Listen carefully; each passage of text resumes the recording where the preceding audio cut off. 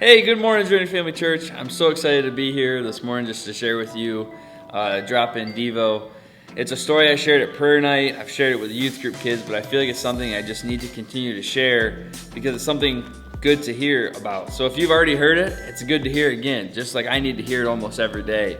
So a couple weeks ago, my family and I went to South Haven, and we went to this, not private beach, but it's kind of off, away from South Haven. And so we went down on the beach, and instead of it being all sandy, it was all rocks. And so, as everybody does, you're going through the rocks trying to find the coolest rocks. So my wife and my two brothers and my parents were all trying to find these really pretty crystal rocks, these pink ones and red ones. And I was just kind of looking, and when you turn around, let me back up for a second. I was admiring just the beauty of Lake Michigan, the beauty of God's creation, just the sound of the waves crashing. There was no sounds of boats going or anything loud. It was just the sound of the waves crashing. It was beautiful, and the sun was setting, so it was just pretty.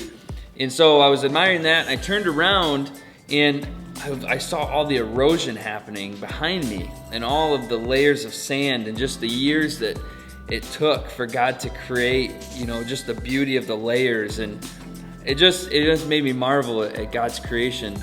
But because that was happening, the trees were falling too. And so as I was climbing in and out of trees along the shoreline, I came under this one tree and I spotted this rock, and it just stood out to me. So I grabbed it, and it was this really smooth, perfectly smooth plain rock. And so I took it to my wife and I said, "Hey, check out this rock." And so I held it up to her, and she goes, "Well, yeah, it's just a plain gray rock." And I said, No.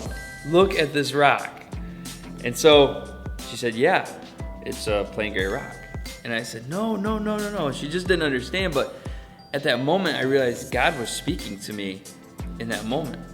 And he was telling me that, think about all of the years it took for this rock to get smooth. Think about the years of the waves crashing on it. Think about the years of friction with the other rocks. Think about the sanding it down. It takes a lot of years to make that rock smooth and perfect how it was. And so he said, what about your life?